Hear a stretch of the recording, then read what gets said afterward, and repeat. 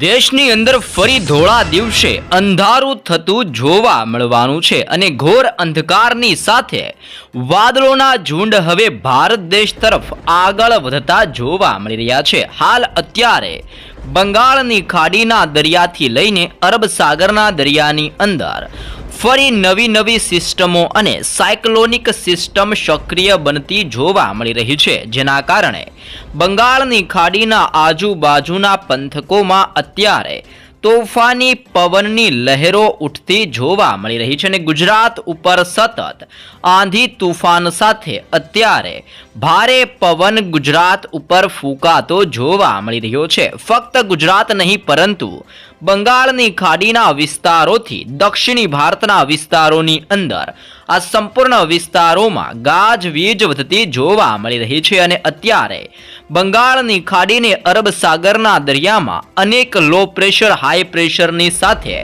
Western disturbance બનતી જોવા મળી રહી છે। તમે લાઈવ જોઈ શકો છો કે આ વિસ્તારોમાં એકાએક નવી સિસ્ટમો બનીને હવે ધીમી ગતિએ ભારત દેશ તરફ આ સિસ્ટમો આગળ વધતી જોવા મળી રહી છે, જેના કારણે અત્યારે બંગાળની ખાડીને અરબ સાગરના દરિયામાં એકાએક નવી હલચલ સર્જાતી જોવા મળી રહી છે અને જેના કારણે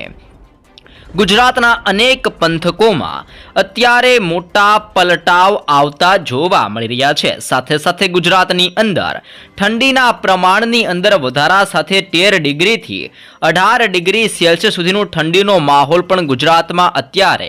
સક્રિય બનતો જોવા મળી રહ્યો છે અને ગુજરાતની અંદર નવી આગાહીને જોતા આજથી લઈને આવનાર 7 દિવસની અંદર મોટા પલટાવ ભિન્ન વિસ્તારોમાં જોવા મળવાના છે, જેમાં પણ સૌરાષ્ટ્રના દરિયાઈ કાંઠાના વિસ્તારોમાં ઠંડીનો પારો 12 ડિગ્રીથી 21 ડિગ્રી સેલ્સિયસ સુધીનો પહોંચેલો જોવા મળી રહ્યો છે। આમ સૌરાષ્ટ્રના વિસ્તારોમાં પણ ભારે ઠંડી પડતી જોવા મળી રહી છે। દક્ષિણ ગુજરાતના વિસ્તારોની અંદર અત્યારે 17 ડિગ્રીથી લઈને 18 ડિગ્રી સેલ્સિયસ સુધીનું ટેમ્પરેચર દક્ષિણ ગુજરાતના જિલ્લાઓમાં પણ જોવા મળી રહ્યું છે અને મધ્ય ગુજરાતના વિસ્તારોની અંદર 15 ડિગ્રી સેલ્સિયસ સુધીનો ઠંડીનો માહોલ અત્યારે સક્રિય બનતો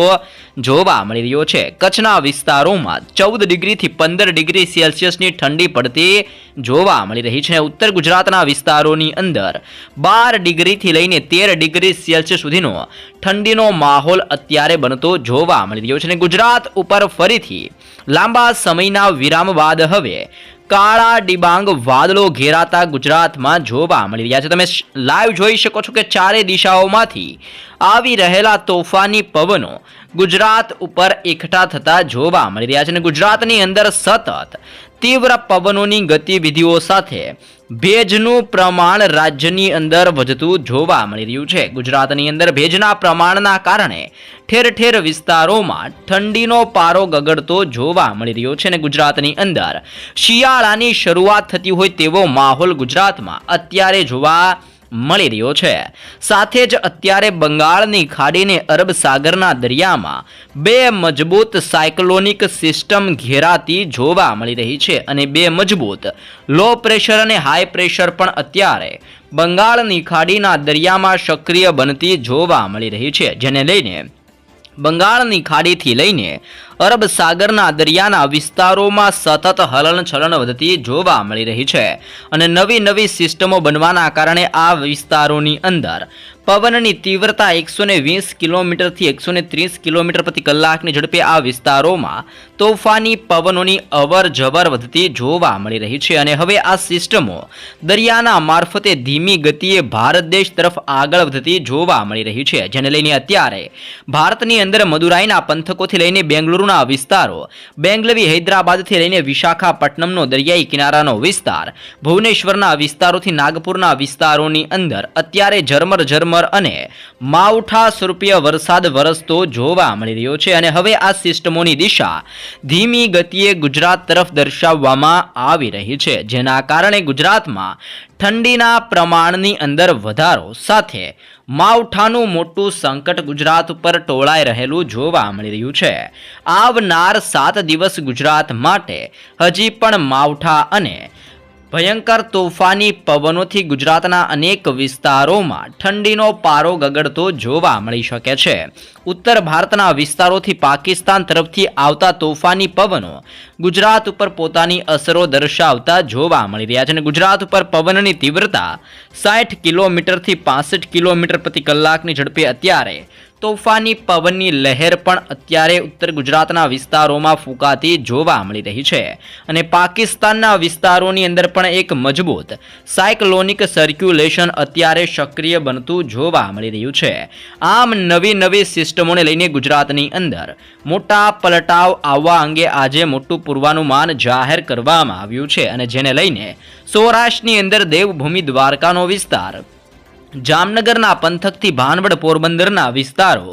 મોરબીના વિસ્તારથી સુરેન્દ્રનગરનો વિસ્તાર, ચોટીલા, રાજકોટ, ગોંડલ, જસદણ, બોટાદના વિસ્તારોની અંદર ભાવનગરનો દરિયાઈ કાંઠાનો વિસ્તાર, તો અલંગ, મહુવા, અમરેલી, ઉના, વેરાવળ, જૂનાગઢના પંથકોની અંદર આજરોજ ભયંકર ઠંડીનો માહોલ સક્રિય બનતો હોય તેવા દ્રશ્યો જોવા મળી શકે છે અને 14 ડિગ્રીથી 22 ડિગ્રી સેલ્સિયસ સુધીની ઠંડીનો માહોલ પણ આજે સૌરાષ્ટ્રના વિસ્તારોમાં જોવા મળશે. આમ અરબ સાગરના દરિયામાંથી આવતા તોફાની પવનો સૌરાષ્ટ્રના વિસ્તારોની અંદર ભારે અસરો દર્શાવતા જોવા મળી રહ્યા છે અને જેને લઈને અત્યારે સૌરાષ્ટ્રના સંપૂર્ણ વિસ્તારોની અંદર એકાએક મોટા પલટાવ આવી રહેલા જોવા મળી રહ્યા છે. સાથે જ સૌરાષ્ટ્રના વિસ્તારોમાં વાદળ છવાયું વાતાવરણ પણ અત્યારે છવાતું જોવા મળી રહ્યું છે, જેને લઈને રાજ્યની અંદર સૌરાષ્ટ્રના વિસ્તારોમાં તોફાની પવન સાથે ઝરમર વરસાદ વરસે તેવું પણ પૂર્વાનુમાન અને આગાહી દર્શાવવામાં આવી રહી છે.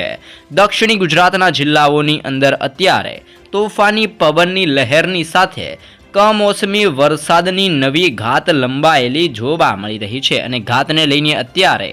વલસાડના વિસ્તારથી બિલ્લીમોરા, વનસાડાનો વિસ્તાર, આહવાથી લઈને સાપુતારાના પંથકો, નવસારી, બારડોલી, વ્યારાનો વિસ્તાર, સુરતના પંથકોથી લઈને કોસંબાના વિસ્તારની અંદર વાંકલ, ઉમરપાડા, ડેડિયાપાડા, ભરૂચથી લઈને દહેજના વિસ્તારોની અંદર, સિનોર, કરજણના વિસ્તારોની અંદર અને જાંબુસરના વિસ્તારોની અંદર પણ મોટા પલટાવ જોવા મળી રહ્યા છે અને દક્ષિણ ગુજરાતના વિસ્તારોમાં અત્યારે અરબ સાગરમાંથી આવતો તોફાની પવન ટકરાતો જોવા મળી રહ્યો છે અને પવનની તીવ્રતાના કારણે અત્યારે દક્ષિણ ગુજરાત પર વાદળ છવાયું વાતાવરણ સક્રિય બનતું જોવા મળી રહ્યું છે.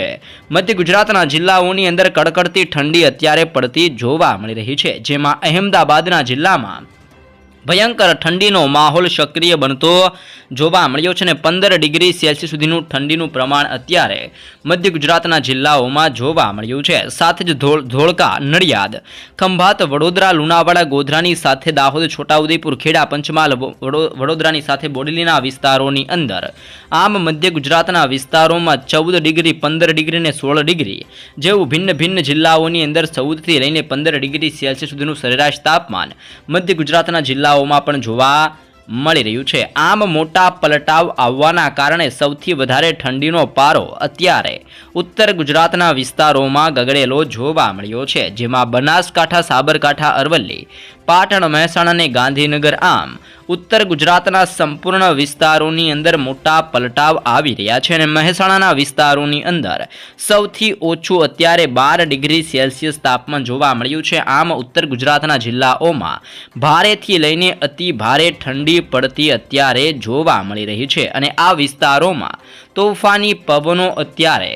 પાકિસ્તાનના વિસ્તારોમાંથી ફૂંકાઈને ભારે અસરો દર્શાવતા જોવા મળી રહ્યા છે. તે ઉપરાંત જો કચ્છની માહિતી મેળવવામાં આવે તો કચ્છના દરિયાઈ કાંઠાના વિસ્તારોની અંદર પલટા આવવાના કારણે રાપર, ખાવડ, બાડેલી, ગાંધીધામ, માંડવી, નળિયાથી લઈને લખપતના વિસ્તારોની અંદર પણ મોટા પલટાવ સાથે હવાનું હળવું દબાણ અત્યારે જોર દર્શાવતું જોવા મળી રહ્યું છે અને કચ્છની અંદર પણ ધીમી ગતિએ પલટો આવી રહેલો જોવા મળી રહ્યો છે. આમ અરબ સાગર અને